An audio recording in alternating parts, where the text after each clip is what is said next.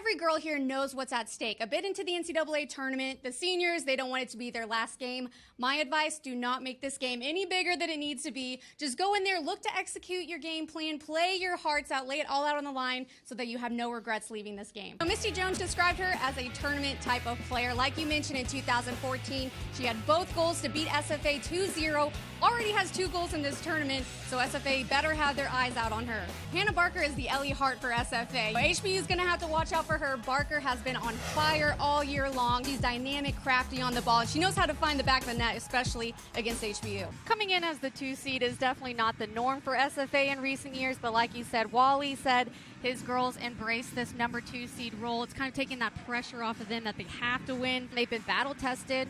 Had to get a goal back against McNeese in the semifinals. So far, so good for the Lady Jacks in this tournament run. They didn't win the Southland Conference title for the first time in quite a while. With that, I think it's made them more hungry, more fiery, just to prove people, hey, maybe we should have won this title. But you know what? That's in the past. We're going to focus on now and go to the next challenge, which is getting into the NCAA tournament. That crosswind carried that ball over. Is a little too much for the back line there to handle. Not a good clearance. They've already turned over a corner kick. We would have preferred to see that go out to the sideline for a throw-in, but a good opportunity here for HBU to get one in.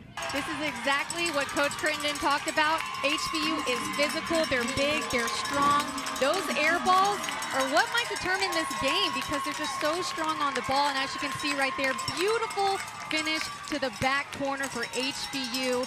That was another thing we talked about with these coaches. Whoever can score early, that might be the key to winning this game. Misty Jones described her as a player who's fast, but you really wouldn't expect it. And that's exactly what we saw there in that corner kick. She was able to use her speed to get that separation and then get her head on the ball. And especially with HBU, I mean, you look at their conference record, really, they had a pretty average record at 5-5-1, but then here they are in the finals. Misty Jones described their team as a tournament team, and that's exactly how they've performed year in, year out. That right there is the game plan that Misty Jones was talking about, not allowing them to have that much time on the ball. You can see Doyle, she had a good run there, but she needed to release it a little earlier before all those Huskies came crashing down on her. Well, they're hanging in there right now, that's for sure. They still got SFA at 0. But I think both of these back lines, a lot is going to be demanded out of both of them because these offenses are both fiery, dynamic, and they both know how to find the back of the net. SFA here almost treats throw-ins like corner kicks. You can see all the numbers. They're throwing up there in the box, hoping to deflect it, flick it back. Looks like we're seeing that shift in energy that we were talking about in the course of a game. You know, it's going to be going one way, a couple minutes, maybe the other way the next few minutes. It was HBU earlier. SFA seems to be having the majority of the possession here. They're staying on HBU's half, getting lots of chances. Moore was there, Doyle was there. They were both there ready for any type of deflection. They're crashing the box, putting pressure on that back line, definitely on their keeper. Like SFA, you can see HBU, they're almost treating this like a corner kick. Obviously, you saw how strong they are on those 50-50 air balls, so they're sending numbers into that box and hoping to get something on it. We're seeing exactly what you'd anticipate out of a final match. It's physical. We've had a couple foul calls here. Both teams are flying in on the ball offensively, getting their chances. And then the back lines are having to step up huge to make a couple saves. Pretty impressive what she's been able to do in such a short amount of time. HBU, they've had their fair share of success even before the Southland.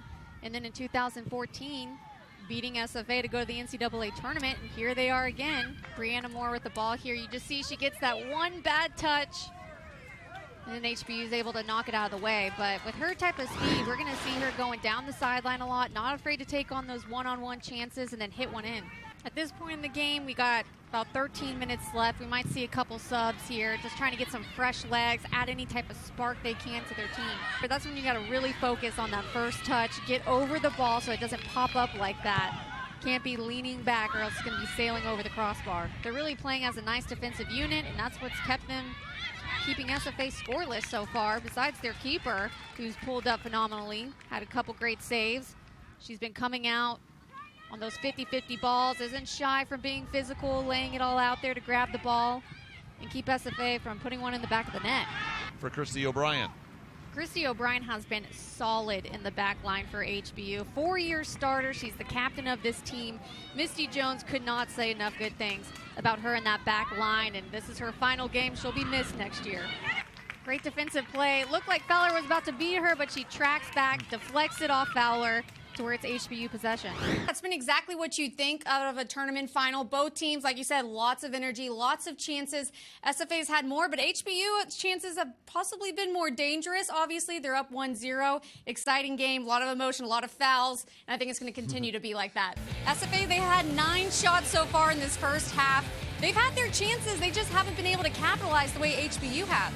That's what I say, just stick to the game plan right now. You got 45 minutes, stick to the game plan, don't get ahead of yourself or anything like that. If it's 1-0 with 10 minutes left, yeah, change your game plan, fly more numbers up there. But right now, SFA is playing well.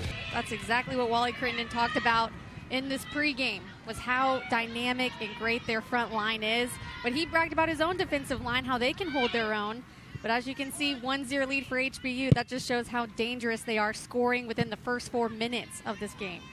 That's the cruel game of soccer. You can have all these shots like SFA. SFA has 9 shots to Houston Baptist 4, but it's Houston Baptist who is able to put it in the back of the net. So it doesn't matter how many stats you rack up if you just can't finish it. My opinion for SFA, it shouldn't even come down to this. They had chances to clear the ball. They're all shying away from the ball. That's not going to help you get that ball out of the box and clear it out. It looked like Moore had a chance there to possibly take a shot, but it was just that one bad touch got a little bit too far away from her. But at least SFA, they get the ball back right now for this long throw in. Hopefully deflected, flick it off for someone else to run onto and put one in. That's the thing about HBU that gets SFA, is when it comes tournament time, SFA hasn't been able to step up to the plate. And earlier this year, SFA beat HBU 4-2.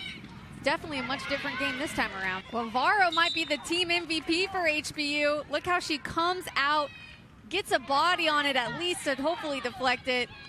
Great chance there by SFA. With that counter, HBU had the numbers. They were up 3-2 on that, but Brooke Dunnigan, that's a gut check move right there. She was actually in the box for that corner kick, tracked it all the way back. You anticipate a physical, chippy game just because of everything that is at stake. So it's better sometimes to just let these teams play it out and really earn their spot into the NCAA tournament. That's the type of player that you'd want on your team in that back line. Those type of plays I'm used to seeing out of Dunnigan. She had an older sister, Megan Dunnigan, played just as physical, was just as gutsy. She really is the leader of that back line. He's had the success at SFA, first coach to get to 50 wins in such a short period of time. But getting to the NCAA tournament is the last final thing he has not done here for SFA.